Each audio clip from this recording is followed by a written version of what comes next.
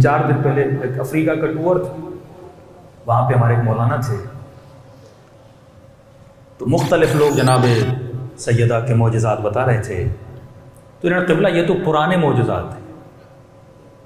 میں آپ کو ایک معجزہ بتاؤں۔ بتائیے، ہم ممبر پہ جاتے ہیں، لوگوں کو بتاتے ہیں۔ قبلہ میں ہوں جناب سیدہ کا آزاد کردہ۔ ایک پرندہ پنجرے میں ہوتا ہے، آپ کھولو تو آپ اس پرندے کو آزاد کرنے والے ہو، کہ مجھے پنجرے سے سیدہ نے آزاد کروایا۔ میں نے کہا وہ کیسے؟ کہ کسی ملک میں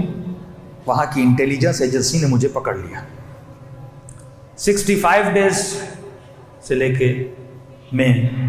ایک کال کوٹھڑی میں تھا، اکیلا تک اتنا، یعنی صرف اتنا کمرہ تھا کہ میں پاؤں کو سیدھا کر سکتا تھا۔ روزانہ صبح 10 بجے مجھے لے جاتے تھے، مجھے لٹاتے تھے، ہاتھوں کو باندھتے تھے، پاؤں کو باندھتے تھے، اور میرے پاؤں پہ مجھے مارتے تھے،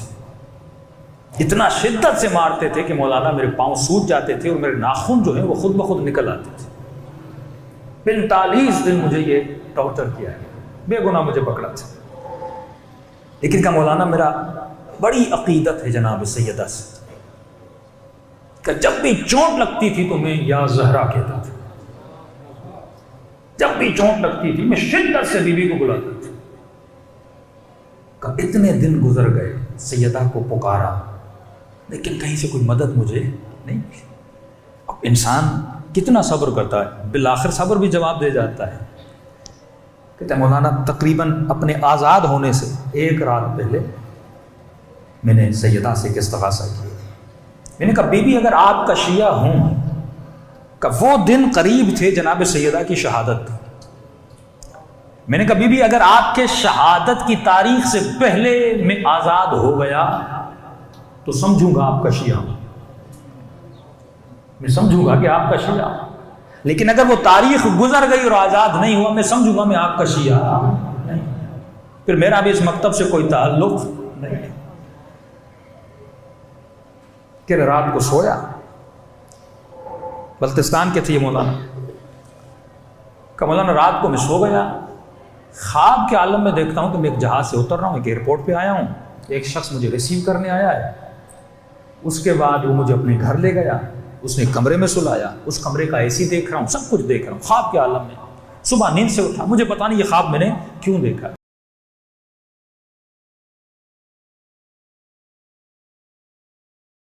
اور جیسے اٹھا تو جس کمرے میں اتنے دنوں سے تھا وہاں کچھ لکھا ہوا نہیں تھا،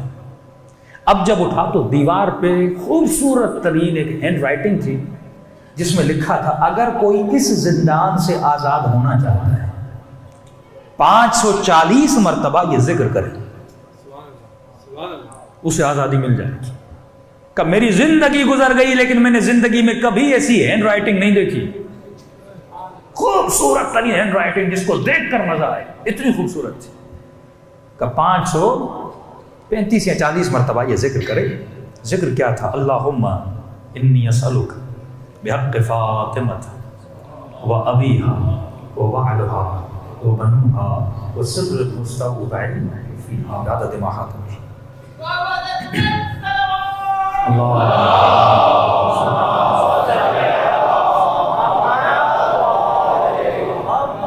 کہا کہ 540 مرتبہ میں نے تسبیح پڑھنا شروع کی، ایک تو وہ خواب، دوسرا یہ ذکر۔ کہ جیسے میری تسبیح ختم ہوئی وہیں 10 بجے دستک ہوئی، میں نے کہا پھر مجھے لے جانے آئے ہیں مارنے کے۔ اب جیسے اگر کا رائٹ پہ جاتا تو پتا تھا یہ ٹارچر کرنے جا رہے ہیں، اگر لیفٹ پہ جاتا تو میں نے کہا نہیں کوئی اور ماجرا ہے، لیکن یہ مجھے رائٹ پہ نہیں لے گئے، مجھے لیفٹ پہ لے گئے اور ایک کمرے پہ لے گئے۔ میں نے اپنی وہاں بیوی بچوں کو بلایا، انہوں نے ہاتھ میں لیٹر دیا، کہا آپ کو بے گناہ پکڑا تھا اور ہم نے آپ کو آزاد کر دیا۔ کہ اسی دن چھوٹا، اپنے گھر گیا، گھر جانے کے بعد 3 دن مجلس جناب سیدہ برپا کی اور بینر لگا دیا کہ یہ اس نے مجلس کروائی ہے جس کو سیدہ نے آزاد کیا۔ لیکن ایک معمہ ابھی بھی حل نہیں تھا، وہ خواب والا۔ کہ مولانا پاکستان آیا، کسی مولانا نے فون کیا، افریقہ میں کسی مولانا کی ضرورت ہے، آپ کو جانا ہے۔ میں نے کہا ٹھیک ہے، میں بیٹھا ہوں تبلیغ کے لیے چلا جاتا ہوں۔ کہ جہاز پہ چڑھا، مولانا جب جہاز سے اترا وہی ایئرپورٹ تھا جو سیدہ نے خواب میں دکھلایا تھا۔ وہی شخص لینے آیا جس کو خواب میں دیکھا تھا، اسی کمرے میں رات کو سلایا جس کو خواب میں دیکھا تھا، کہ آج 25 سال ہو گئے، سیدہ نے وہاں سے اٹھا کر مجھے یہاں بھیجا، اور میں نے کئی ایسے لوگوں کو شیعہ کیا جہاں کسی کے جانے کا تصور بھی نہیں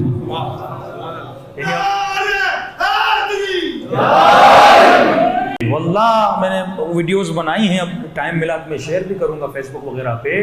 یعنی ایسے گاؤں جہاں آپ کو نہ زمین کا راستہ نہ دریا کا راستہ، یعنی